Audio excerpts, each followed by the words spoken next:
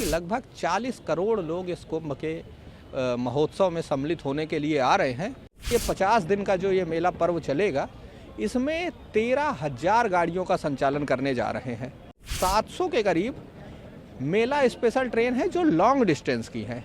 आम जनता है उनको ध्यान में रखते हुए हम लोग 1800 के करीब शॉर्ट डिस्टेंस मेला स्पेशल ट्रेन चलाएंगे, जो लगभग 200-300 किलोमीटर की रेंज में लोगों को ट्रेवल कराएंगी। सर, महाकुंभ 2025 का आगाज़ होना है और इसको लेकर रेलवे की तरफ से क्या क्या तैयारियां की गई हैं और लोगों के लिए क्या क्या विशेष सुविधाएं रेलवे जो है मुहैया कराएं।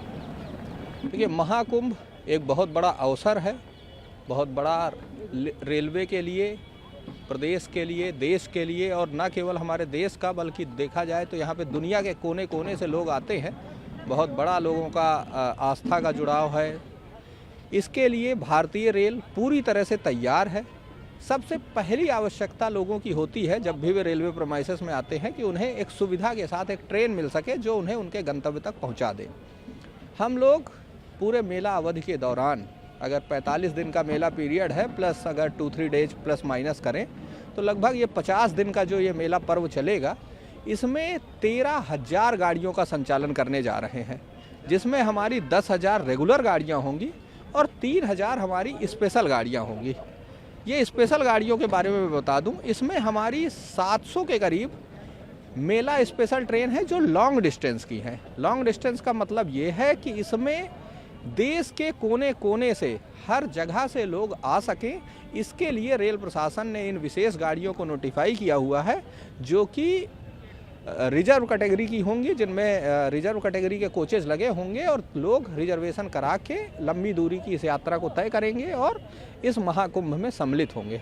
हम इसके अलावा, चूँकि जो आसपास के लोग हैं और आम जनता है उनको ध्यान में रखते हुए हम लोग 1800 के करीब शॉर्ट डिस्टेंस मेला स्पेशल ट्रेन चलाएंगे, जो लगभग 200-300 किलोमीटर की रेंज में लोगों को ट्रेवल कराएंगी, चाहे वो लखनऊ की तरफ हो, बनारस की तरफ हो, कानपुर की तरफ हो, सतना, मानिकपुर, झांसी, पंडित दीनदयाल उपाध्याय जंक्शन के लिए हो, ताकि हमारा जो आम जनता है वो लोग इस मेला में सम्मिलित हो सकें, इस मेला में के पर्व का आनंद ले सकें और अपने गंतव्य तक पहुंच सकें।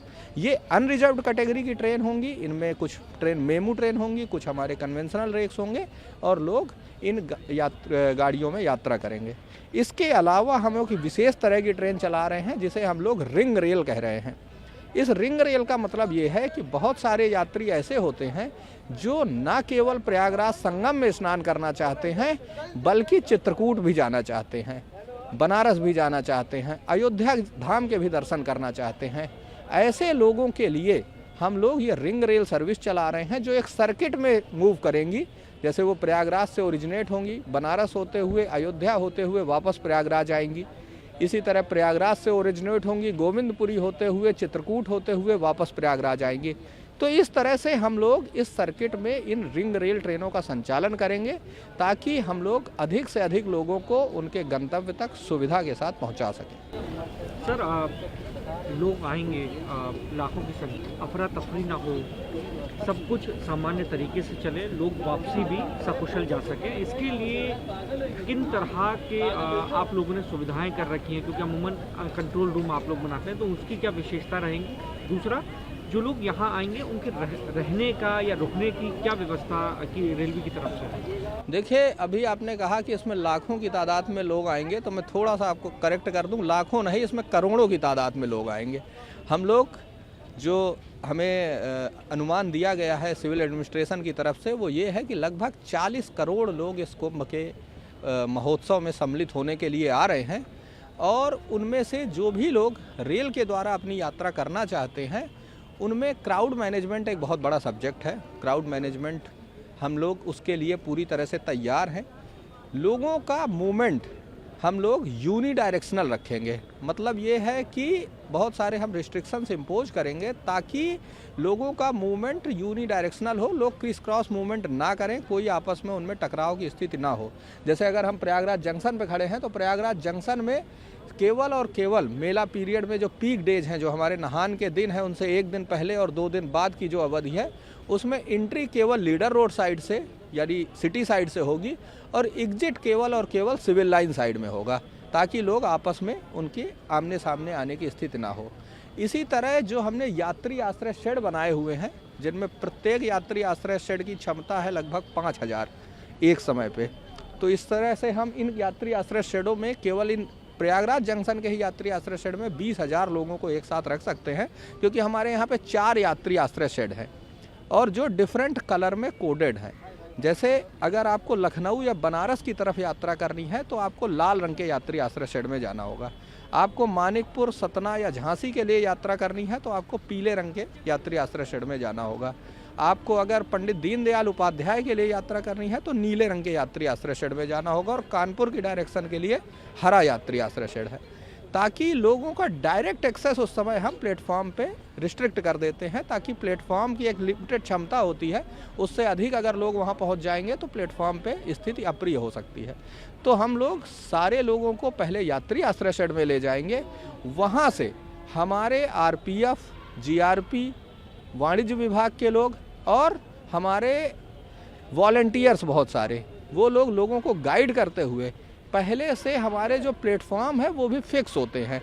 जैसे हम उनको डायरेक्शन वाइज नॉमिनेट कर देते हैं कि हम इस डायरेक्शन के लिए इसी प्लेटफॉर्म से गाड़ी चलाएंगे, यहाँ से उनको वो गाइड करते हुए उस प्लेटफॉर्म पे ले जाएंगे और उनको प्लेटफॉर्म में सकुशल बोर्ड कराएंगे, ताकि वो लोग अपनी ट्रेन पकड़ सकें और कहीं पे भी उनका किसी तरह का क्रिस क्रॉस मूवमेंट ना हो, किसी भी तरह से कोई उसमें अफरा तफरी की स्थिति ना उत्पन्न हो।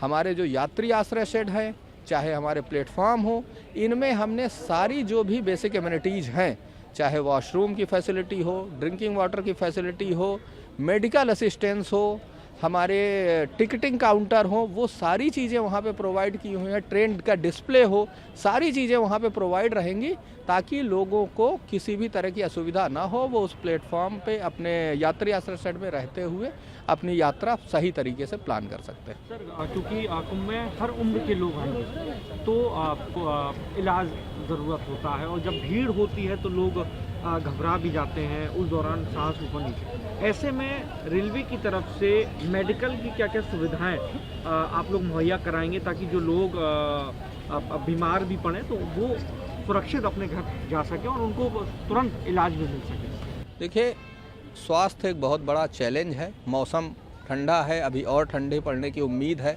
भीड़ भी काफ़ी अधिक संख्या में होती है। बहुत सारे लोगों की आस्था भी जुड़ी होती है कि वो बिना कुछ खाए पिए स्नान करेंगे, जिसके कारण भी थोड़ा उनको कुछ नाश्ता करने या खाना खाने में समय भी हो जाता है। तो इन सारी परिस्थितियां ऐसी होती हैं कि जिसके कारण कई बार लोगों के स्वास्थ्य के बिगड़ने की संभावना हो जाती है। हम प्रत्येक प्लेटफॉर्म पे हमारे मेडिकल बूथ रहेगा, जिसमें doctor, paramedical staff round the clock तैनात रहेंगे। हमारे हर यात्री आश्रय शेड पे मेडिकल टीम रहेगी विद प्राथमिक उपचार पेटी के साथ, ताकि लोगों को प्राथमिक चिकित्सा तुरंत ही वहाँ पे उनके प्लेटफॉर्म पे या यात्री आश्रय शेड में दी जा सके।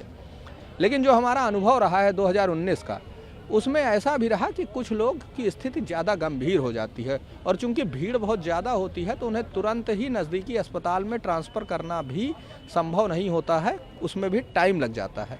इसलिए हम लोगों ने प्रयागराज जंक्शन पे, नैनी, छौकी, सूबेदारगंज, प्रयाग जंक्शन, इन सभी जगहों पे हमने ऑब्जर्वेशन रूम बनाया है।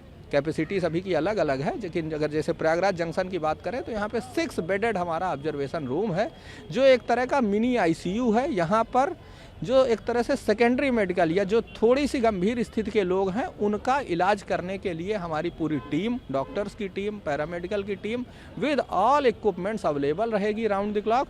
और हम लोग ये इंश्योर करेंगे कि किसी भी तरह से किसी भी यात्री को ऐसी स्थिति ना आए कि वो मतलब उसे प्राथमिक चिकित्सा के अलावा द्वितीयक चिकित्सा भी अगर आवश्यकता हो तो उसे यहीं पे मिल सके।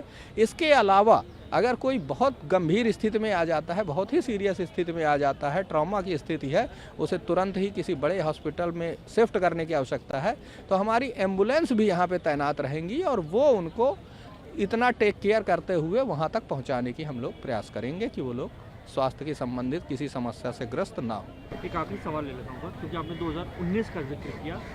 रेलवे ने 2019 से जो कुंभ हुआ उससे क्या सीखकर आप लोग 2025 में उसको इम्प्लीमेंट करेंगे क्या, उस पर भी थोड़ा सा अगर आप बिल्कुल बिल्कुल। हम लोगों ने अपना देखा जाए तो क्षमता विस्तार के कार्य बहुत सारे किए हैं। जो हमारे 19 का चूंकि कुंभ और आज महाकुंभ है, तो एक तरह से उसमें क्वांटम जंप है, लोगों की अपेक्षाएं बहुत ज़्यादा हैं, संख्या बहुत ज़्यादा हो जाएगी, तो हमने हर जगह अपना क्षमता विस्तार किया है। जैसे हमने अपने यात्री आश्रय शेडों की संख्या में बढ़ोतरी की है, उनकी क्षमताओं में बढ़ोतरी की है, उनमें जो एमिनिटीज़ थी उसमें बढ़ोतरी की है। इसके अलावा हम लोग नंबर ऑफ़ ट्रेन्स की अगर बात करें तो जो हमने पिछली बार चलाई थी उसकी तुलना में स्पेशल ट्रेन का नंबर करीब हमारा 4 गुना हो रहा है। तो इस तरह से हम संख्या में भी बढ़ोतरी कर रहे हैं।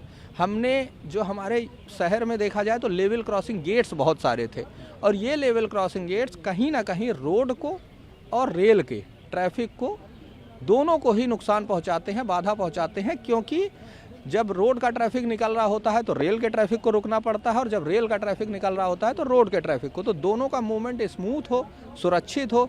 इसके लिए हम लोगों ने यहाँ पे लगभग 450 करोड़ रुपए की लागत से 21 लेवल क्रॉसिंग गेट का एलिमिनेशन कर दिया है और प्रयागराज क्षेत्र को पूरी तरह से ट्रैफिक गेट मुक्त कर दिया है। तो इस तरह से आधारभूत संरचना के बहुत सारे कार्य किए गए हैं, पैसेंजर एमिनिटीज़ के बहुत सारे काम किए गए हैं, नंबर ऑफ़ ट्रेन्स में विस्तार किया गया है।